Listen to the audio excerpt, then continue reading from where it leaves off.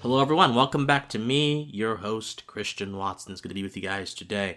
So in yesterday's Pensive Politics podcast, and if you don't listen to the show, I encourage you to. I do two types of videos on this channel. I do the Pensive Politics videos, which are about 40 minutes long. I do these videos, which are like 9-10 minutes long. I encourage you to listen to it on Apple Podcasts, Spotify, Pandora, even on this channel if you would like to. Just look at the longer videos on this channel or type in Pensive Politics podcast. But anyway, I talked about Biden's economic stimulus, but I managed to overlook something incredibly egregious that I had talked about it before he had made the speech that he made in prime time the other day. And apparently, Joe Biden is offering a Band-Aid solution to a problem that doesn't even need a Band-Aid. It needs non-intervention. More on that later. Joe Biden is seeking to raise the minimum wage to at least $15 per hour. In his speech, he said to at least $15, which provides that he's willing to go above that if possible, which is concerning. And so, Joe Biden is trying to instill a palpable sense of justice and heroism into this economic situation where a lot of people are losing money and there is just total and utter economic calamities transpiring. But he is so tone-deaf and so blinded by his ideology that he cannot recognize that which corresponds to reality is that members of his own party, people who share his own ideology, are the ones causing the economic harm in the first place, and that his proposals will only accelerate those. But I'm not interested in making utility arguments entirely, so I'm going to explain why I think this is bad from a more practical sense, but then I'm going to address the more moral consequences, because utility arguments are useless in my opinion, because if something were to change and the harms became not harms anymore, they became benefits, the utility arguments would no longer be able to defend us against injustice and immorality. So that's why I don't like utility, but whatever. So most people use utility arguments. I'm going to explain why this is wrong from that. So Biden says no one working 40 hours a week should live below the poverty line. So you already see in the premise, in the sentiment that Biden is conveying, a sense of moral outrage that people who are working a particular X amount of time, X amount of hours, are not receiving what their work, in Biden's language, should give them, which is apparently abundance. So you see Biden channeling this sort of Marxian value theory language, in which the amount of work you do, according to the amount of hours you put into it, determines the value of the work. That is not how economics works.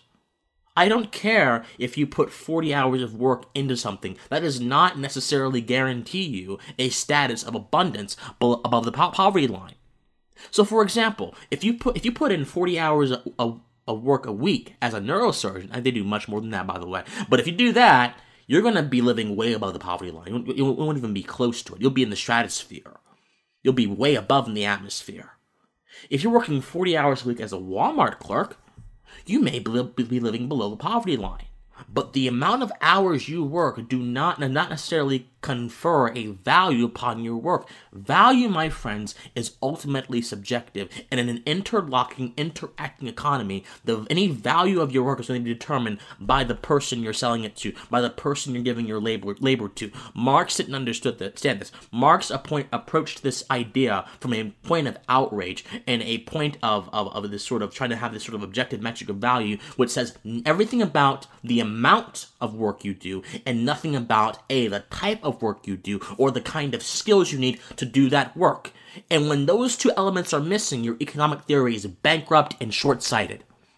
But Biden is using sort of Marxian, Keynesian language to convince us to be morally outraged that people who work a lot are living below the poverty line. Why is that? But let's talk about this idea of the poverty line. The Heritage Foundation put out a study not too long ago, a few years ago, in which they examined the living conditions of a lot of poor Americans.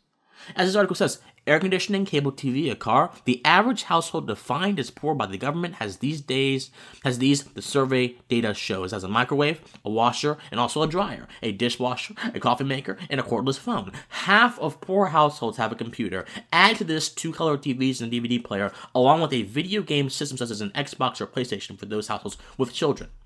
So essentially, most people who are poor in America are not living on crumbs, or if they are living on crumbs, living on crumbs quite comfortably. This does not mean that poverty is okay. This does not mean that poverty is a desirable thing. But what it means is that, at least in America, a lot of people who are poor, a lot of people who are struggling are able to do so in a way that allows them to sustain a lot of things poverty does not typically lend itself conceptually for you being able to sustain. Poverty, as it is conceptualized by many people, means a severe lack of material needs. But America's poverty people are not really experiencing that. But again, this is back to the issue.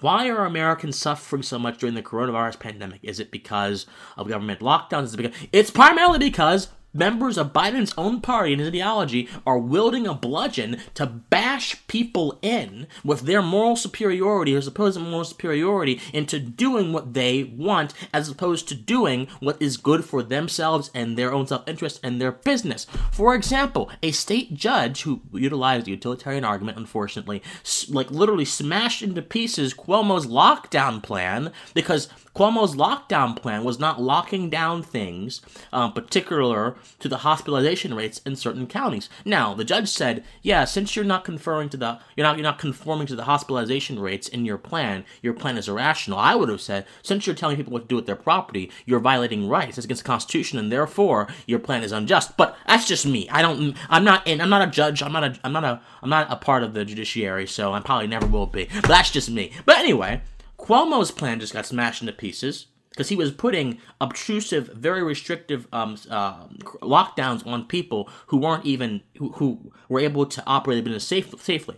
Now, Kate Brown over in Oregon, Governor Kate Brown, the person who ceded her cities over to radical terrorists, to radical domestic left-wing terrorists in the summer, she is hitting a very popular gym in her state with a $126,000 fine simply because they refused to follow her lockdown edicts.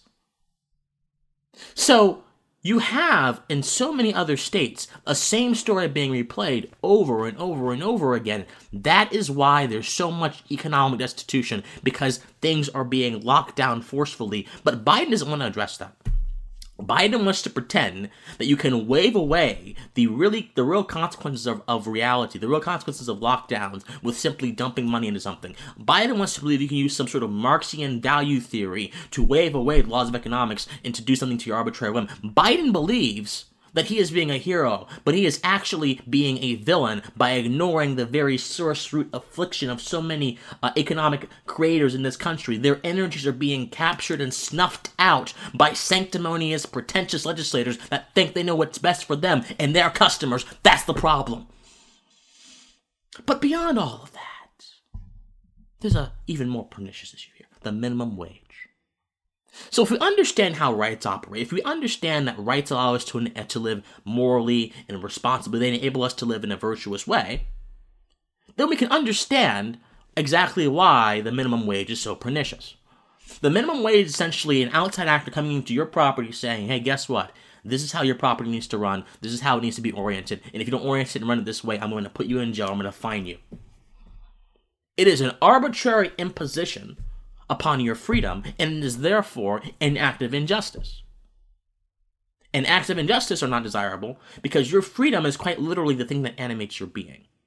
Freedom is not just something that happens within the context of a civil society. Freedom is quite literally the emanations of the DNA that animates your ability to live, and then freedom is wrapped up in that veil of rights, which also enable you to live morally and responsibly. And property not only enables you to live morally and responsibly, it enables you to live in the first place. If you don't have property, it's very hard for you to subsist. Even if poor folks have property, their clothes may not be a lot of property, but it is their property. Property is the essential ingredient to life, and is the essential ingredient to being free.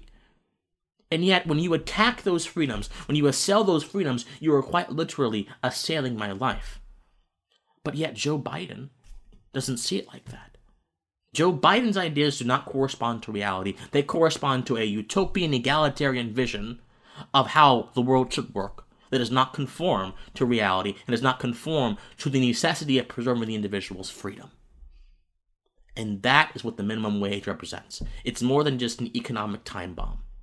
It is an immoral imposition upon our rights, a font of injustice that does not recognize that I am the one, or the business owner is the one, who can best utilize their energies to create and to sustain themselves, and they do not need moral prodding from the government. If you want to be paid for your work, you need to get more skills. There are plenty of ways to get more skills that are at low cost. You do not have the right to impose upon someone else an arbitrary number that you think in your head, in your solipsistic reality, needs to be imposed upon them. That is not how this thing works. That is not justice. This is bigger than a fight of flesh and blood, my friends. As the ancient texts say, we fight not flesh and blood. We fight principalities and spirits. We fight principalities. The principalities of pretension, the principalities of moral prodding, the principalities of authoritarianism are now coming against our ability to operate in this world justly and righteously. And you can start by opposing those principalities by rejecting the sanctimonious call for a $15 minimum wage. We address poverty through self-betterment, not through arbitrary validation. Think on it. As always, my friends, I love you, and please, if you want to support my content, donate to my PayPal, officialcwatson@gmail.com. Subscribe to my podcast, Pensive Politics, subscribe to this channel if you possibly can. Comment, like, share this video, whatever you can do. But, most importantly, my friends, stay pensive. I love you. Have a good day. Hey guys, if you enjoyed this message, please be sure to support my channel through PayPal. My PayPal is @officialcwatson, as you see on the screen. Any amount helps. Thank you so much, and stay pensive.